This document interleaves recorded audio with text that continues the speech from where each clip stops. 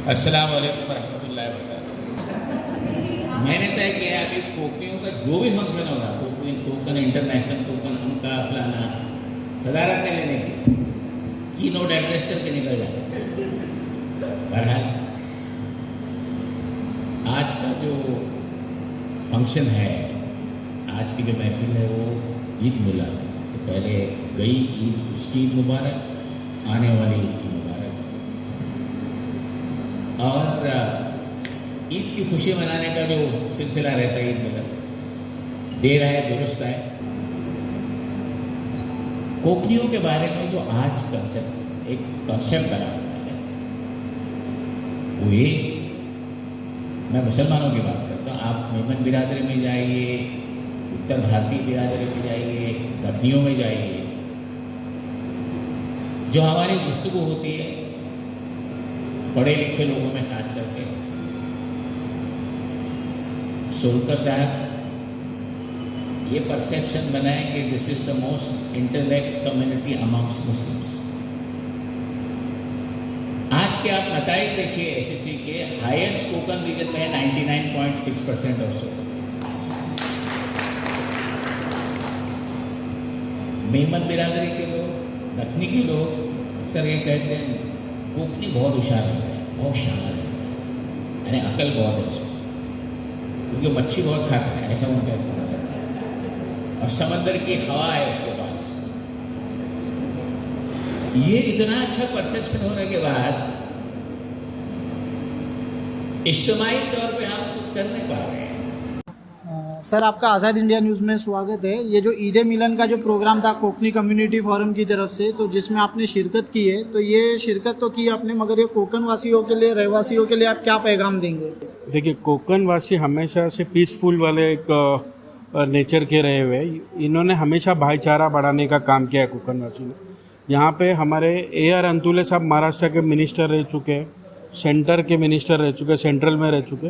अभी हम न्यू कमर जो नए जनरेशन है उनकी लीडरशिप ढूंढ रहे हैं जी। ये सारा पहल उस चीज़ का है कि हमारी भी एक आवाज़ हो जो असेंबली में जाए, गवर्नमेंट में जाए, राज्यसभा में जाए, लोकसभा में जाए, तो वो एक आवाज़, एक नई लीडरशिप, आने वाली लीडरशिप जो जिस तरीके से कोकन में मुस्लिम हिंदू मुस्लिम वगैरह की एकता देखी जाती है, एक मेजोरिटी देखी जाती है, गंगा जमुनी तहजीब वगैरह देखी जाती है, एक दूसरे के त्योहारों में शरीक होते हैं, और जिस तरीके से आज देश का माहौल है, जो मुसलमानों के खिलाफ सब कार्रवाइयाँ वगैरह हो रही है, और जो नुपुर शर्मा का बयान आया है, उस चीज़ को लेकर आप कोकन वासियों को क्या संदेश देंगे कि क्या करना चाहिए ऐसे माहौल में और ऐसी सिचुएशन में?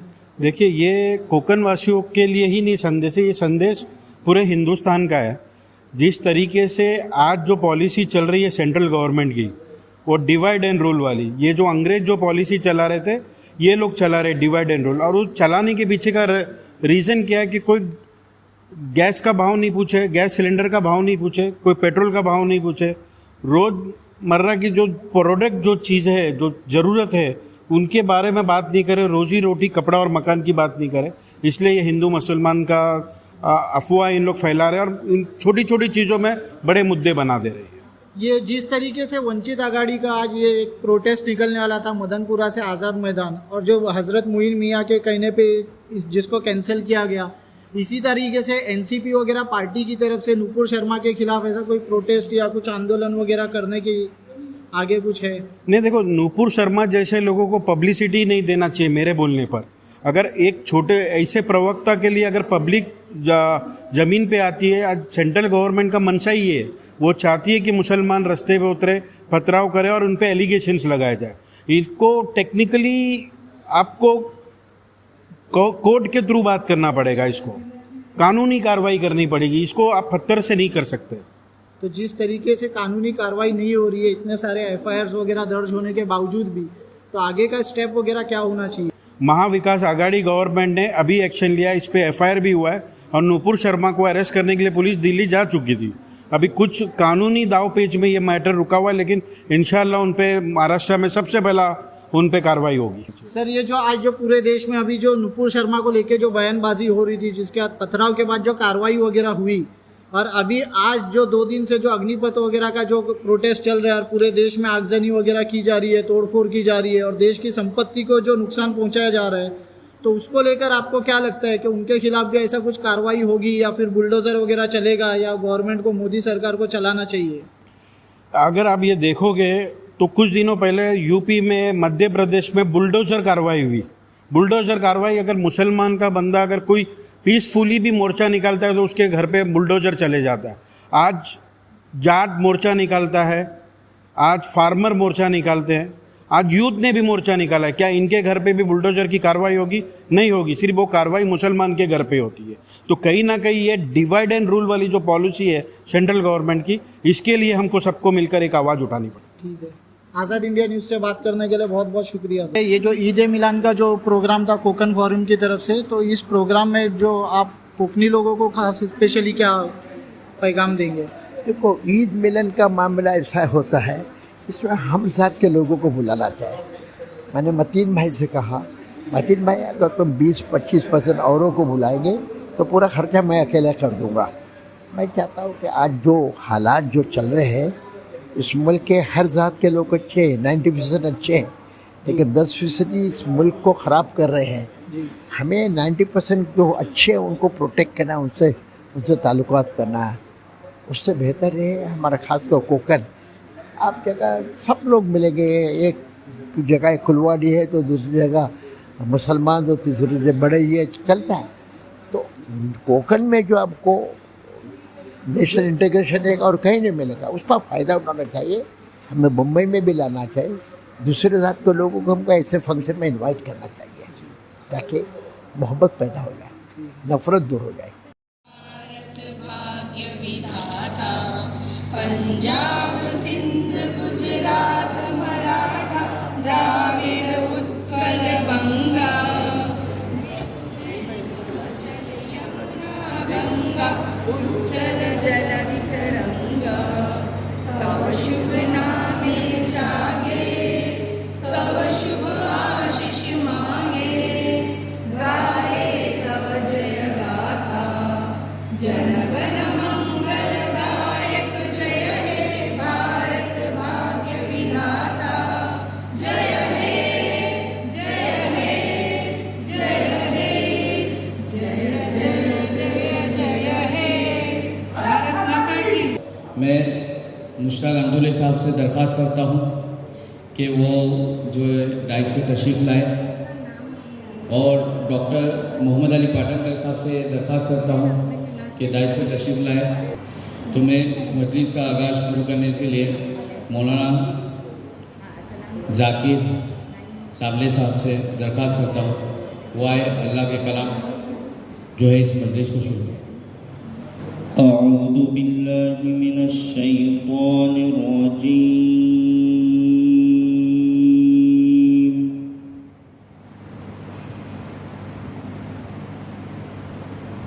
बिस्मिल्लाहिर रहमानिर रहीम।